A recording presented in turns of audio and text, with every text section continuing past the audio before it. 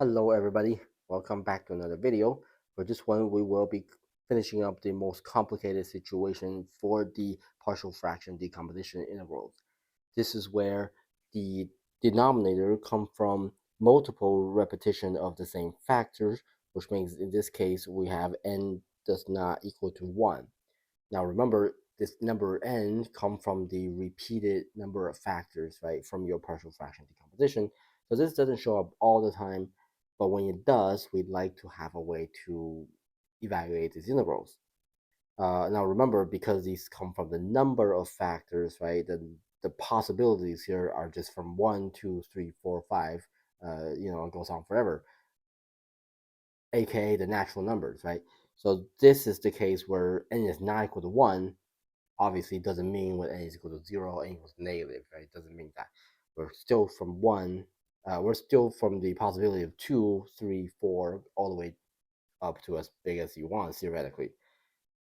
Now, um, let's take a look at these type of problems, and really you will realize the biggest challenge here is to change from an easy integral of tangent into a trigonometric substitution. Okay, so let's take a look. So for the second integral type, where you have a number, right, on top of your quadratic, in this case with a multiple repetition, this needs to be done with trigonometric substitution, but only after you apply completing the square. So you still have to have that completing the square part. You just then apply the trigonometric substitution. Right?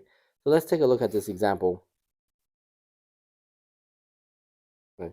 So the first thing we want to do here is to take out that 7, so we get it into the right kind of format. So we go ahead and write that as 7 integral 1 over x squared plus 2x plus 3 to the second power dx. Okay, now I apply completing the square inside that parenthesis. So 7 integral 1 over, I'll go ahead and put a bracket here instead, just to, differentiate. Here we got x squared plus 2x, right? We take that 2, divide that by 2, and square. So we got 1 square is also 1. So I'm going to go ahead and write the 2x first, and then we're going to plus 1 minus 2, 1. Right? That's where the 2 divided by 2 square come from. It is doing. I have a plus 3 at the end, finish it with a bracket, and square dx. So all of these things is happening inside my parentheses in the previous step, and I'm applying completing a square here. Now, the next step, I got 1 over, right? The first 3 terms here is part of a perfect square of polynomials, and that is x plus 1 quantity squared. And then we have negative 1 plus 3, which is 2. Finish that off, and then we have a square here. Again, still dx. Now I've done my completing the square, I have to apply the trig substitution. And you can see it in multiple steps here. You can start with u equals to x plus 1 here, and then you apply your u substitution, and then you would have gotten, uh, 7 times the integral of 1 over u squared plus 2 quantity squared du, right? You have that, and then you have another trig substitute from here. That's one way to do this. But basically, we can kind of combine these two steps in one go and apply the substitution directly. So we're going to let x plus 1 equals to square root of 2 tangent theta. Okay, and again, I'm just simply replacing that u, that intermediate step u, directly with x plus 1. And then this square root of 2, right, this square root of 2 come from the fact that my constant term is a here, is radical 2 here. Okay, so from here, what I can do, minus the 1 on both sides, that's not too important, because when you take the derivative now, dx equals to radical 2 secant squared theta d theta. And this is where I can then apply my substitution and get the following. 7 integral of 1 over, and then it looks like radical 2 tangent theta squared plus 2, closing off that bracket, and don't forget that square on the outside, and then very importantly that dx becomes now radical 2 secant squared theta d theta.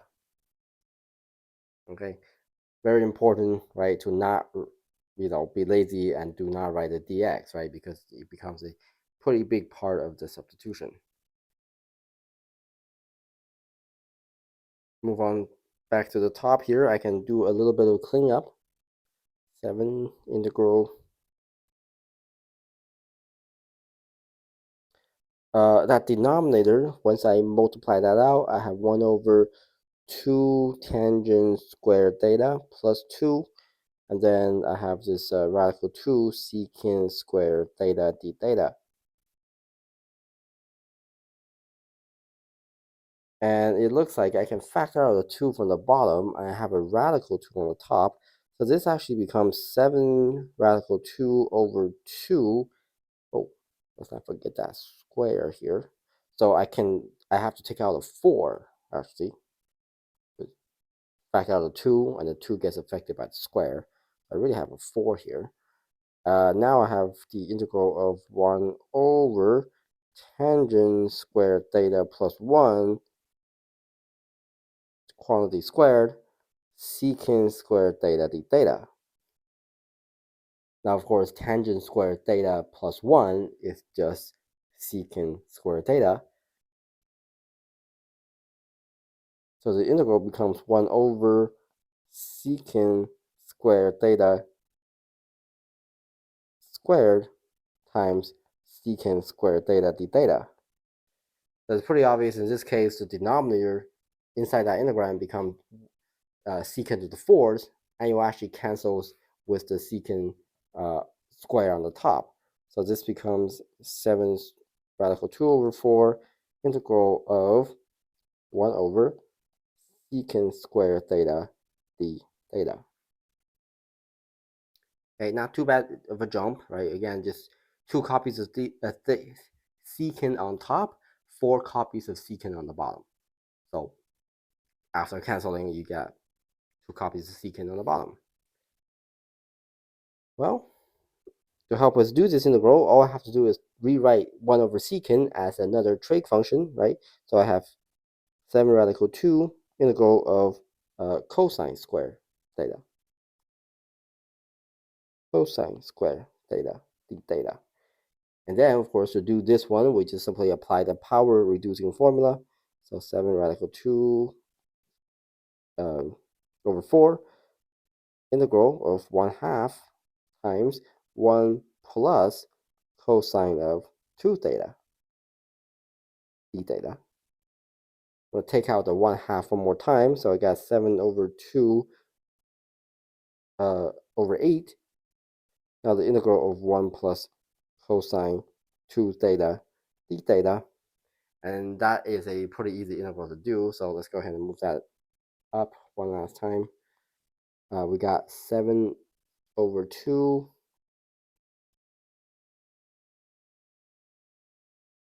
7 radical 2 over 8, and then times the integral of theta plus 1/2 sine 2 theta.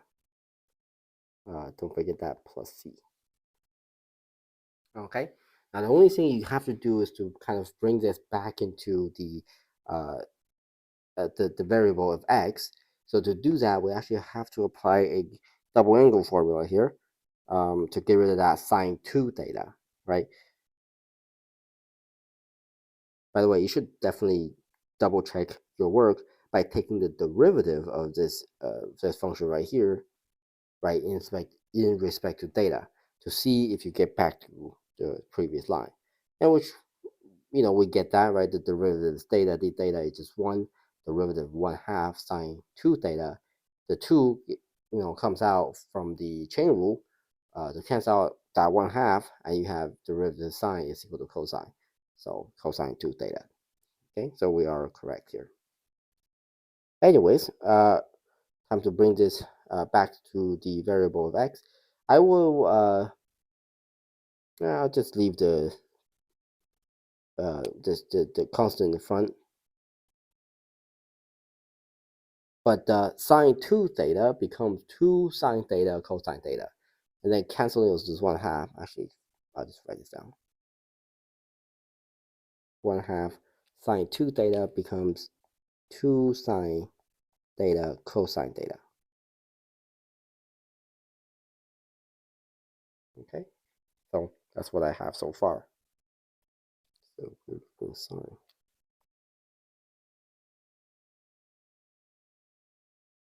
Okay, now here is where I cancel the 2 with the 1/2, and therefore get 7 radical 2 over 8 times theta plus sine theta cosine theta.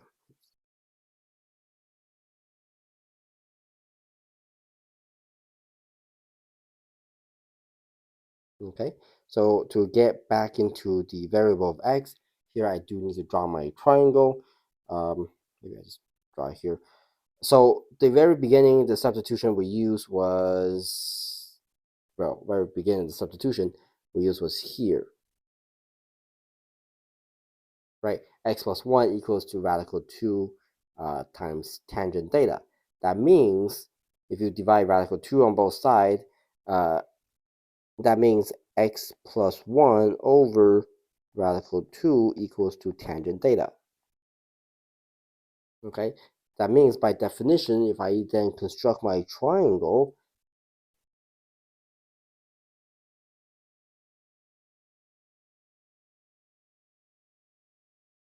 let me write it the other way around. If I construct my triangle,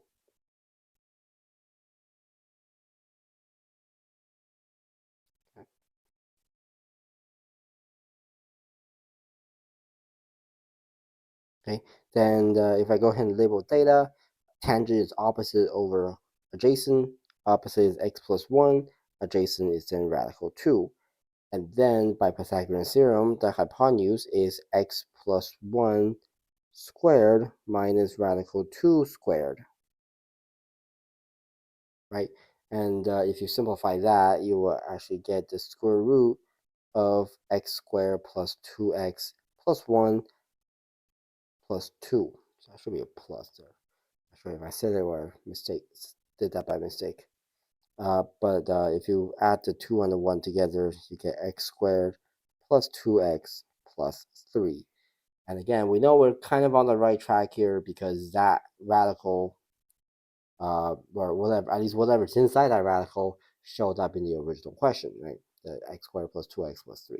So we're basically on the right track here. That means at this point we can basically finish writing our answer. Back substitute this expression into a variable of x. This equals to 7 radical 2 over 8. I know you can simplify the radical 2 and 8 a little bit. Okay, you can, if you choose, you can probably write that as 7 over 4 radical 2. But again, that's not necessary. Theta, you can choose any inverse trig function. In this case, since I already have this here, I'm just going to go ahead and use it. Theta is just arc tangent of x plus 1 all over radical 2, which this part actually looked kind of familiar, right, coming from that tangent, that arc tangent integral.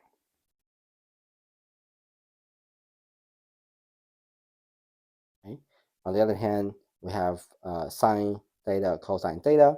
So plus sine theta is opposite over hypotenuse, which in this case is x plus 1 all over square root of x squared plus 2x plus 3 times cosine is adjacent over hypotenuse. So times adjacent here is radical 2 all over the same denominator. So x squared plus 2x plus 3 I could fit that plus c in here somewhere.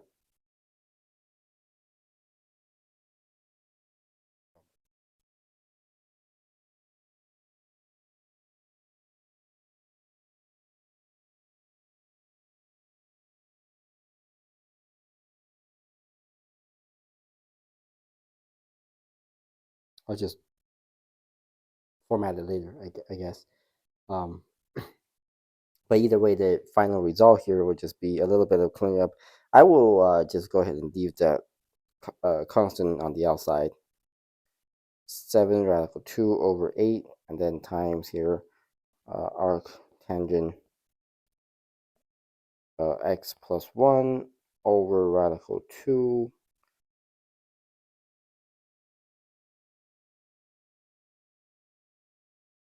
plus distribute the radical 2 if you want, or you can leave it as multiple. Radical 2x plus radical 2 all over. The bottom, the square roots cancels out. You got x squared plus 2x plus 3 and plus c. So that is the final integral, the final solution for this integral. As you can see, it is a little bit of work. Requires a bunch of different techniques, and it requires a bunch of you know, a bunch of different bookkeeping, right? That you have to deal with. A lot of scalars, a lot of constants that you have to work with, and you have to be able to construct your right triangle, right? So this type of problem is a little bit tedious, is a little bit long, but again, I think it's definitely good for you to see this, you know, once or maybe twice in the following example. So keep this one in mind. Let's move on to the next one. This one right here, even in the previous situation, right, this was the harder case. But it turns out the work is very, very similar because basically that exponent on the denominator, right, the number of repeat, in this case, the n, that doesn't affect what we did uh, just like how we did in the third type integral previously, right, in the quote-unquote simpler case. So let's take a look at how this works. And I did cheap out by using the same denominator. Um, I mean, this just to show you this technique, right? I don't want to restart the process. I can then just quote the answer directly from what we did in example 6. So in general, you know the methods still work. It just I'm going to cheap out on this example, okay? So coming back here. Same idea, this integral, I at first I noticed the denominator is this, right? I think to myself, inside that exponent, inside those parentheses, if I go ahead and think about letting that be u, so if u equals to x squared plus 2x plus 3, then du equals to 2x dx. So I need a 2x instead of a 5x on the top. So what I want to do is simply take that out, take out the 5x. Oops, I actually forgot the plus 2.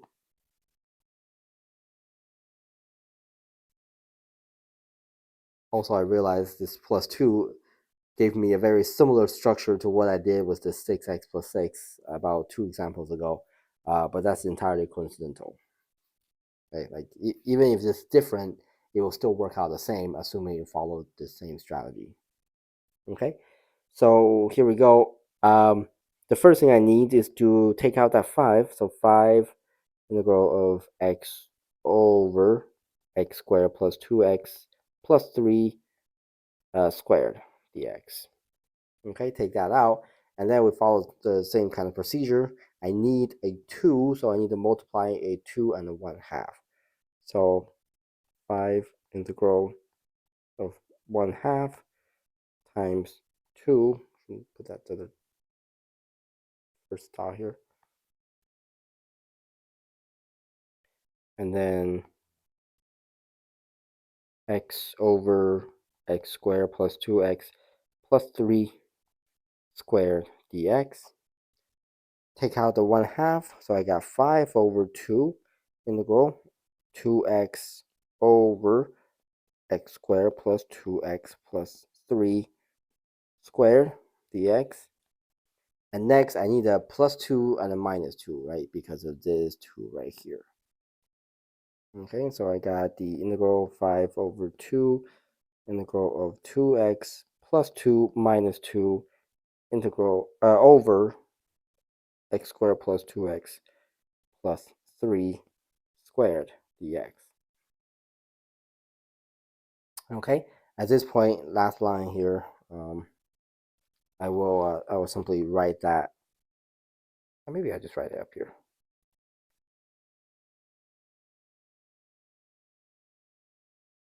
I'll simply break up that fraction by the subtraction sign. So I have 5 over 2 integral of 2x plus 2 over x squared plus 2x minus 3 to the second power. Oops, that's not write the dx just yet. Minus 2 over the same fraction, same denominator, x squared plus 2x minus 3 squared dx. Finally, I'm ready to break up the integral, and I'm going to distribute the fraction, okay, the coefficient. So I got the 5 over 2 integral of 2x plus 2 all over x squared plus 2x minus 3. Should be a plus 3. Definitely be careful on the copy and pasting here. Minus, distribute the 5 over 2. The over 2 and the 2 cancels out. So you just got 5 integral of the 1 over x squared plus 2x plus 3 squared dx. And that's kind of why I chose the same denominator, right? Because, you know, I could just leverage what we did before in the previous step to get the answer for this part, or the second part of this integral. Anyways, the first part is a u substitution. So u equals to x squared plus 2x plus 3. We have this down earlier. I'm just rewriting it here. Du equals to 2x plus 2 dx. So this integral 5 over 2 integral the top here 2x plus 2 even the dx just becomes the du, and then the bottom becomes 1 over u. Actually 1 over u squared. Okay, which gives me a very easy integral. Again, just your simple power rule here. This is equal to negative 5 over 2, 1 over u. Right, the negative simply come from the negative 2 plus 1. I'm going to write this a little bit smaller just so I can squeeze in the final answer right on the bottom here.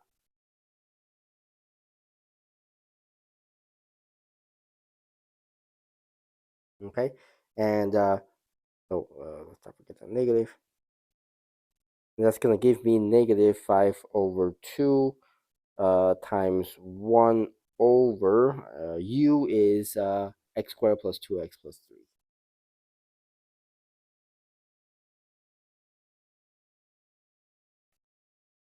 X squared plus 2x plus 3.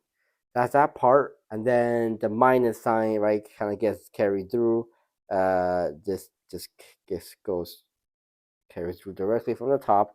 So minus 5. Now we did this integral earlier. 1 over x squared plus 2x plus 3 squared.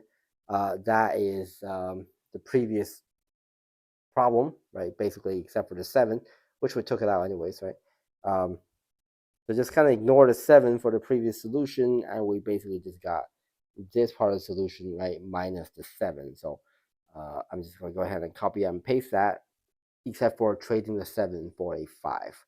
So minus 5, just write it here. 5 radical 2 over 8.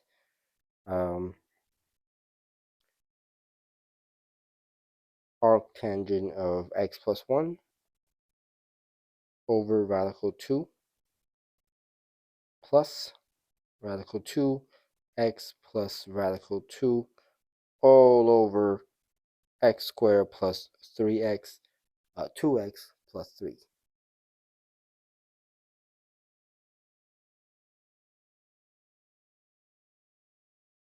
Close that off, and plus C. This is the final result for this question. So again, it could have gone much longer, right? Due to the fact that we just kind of cheated for the using the previous technique, right? The previous example as part of this. But really, that's kind of the concept we were working on even in the previous video, right? We want to leverage this version of the question, this type of problem. We want to kind of fill it in and have a u substitution for the denominator at the very first step, and then we work on the constant term, uh, where you have a numerator, not a constant term, but where the another piece with constant numerator over the same denominator, and in that case we have to apply the trig substitution, just like how we did in example 6. So altogether, this problem type, as you can see, is quite long, and depending on the power of this repeat, right, this exponent, this really could get quite tedious, just because the trigonometry involved is just impossible. Even if you change that, square in the denominator in these two examples into a 3, right, so into a cube, the amount of trigonometry needed is nearly going to triple. So I'm not saying these problems are supposed to be easy, right? Especially if you have a random combination of A, B, and C in your quadratic, right? Like a general A, B, and C will make it kind of tedious. And focusing on this BX term, right? You should be able to do all the ones without any BX, right? Any of the middle term here, right? That one right there. If you don't have the BX, it should not be that bad. And I think anybody can do those kind of problem at this moment, even with higher powers. But including that BX, this I found to be one of the more honestly one of the most straightforward answer already, without having to rely on a bunch of different cases of the algebra that could potentially be involved. Anyways, this video is it here. I just want to show you guys this kind of problem types, and in case you ever see it again, right? This is not something that you are expected on the test, so to speak. But I do want you to see it once, so you have something a method to tackle this kind of problems. Okay, so that's it for this video. I'll see you guys in the next one.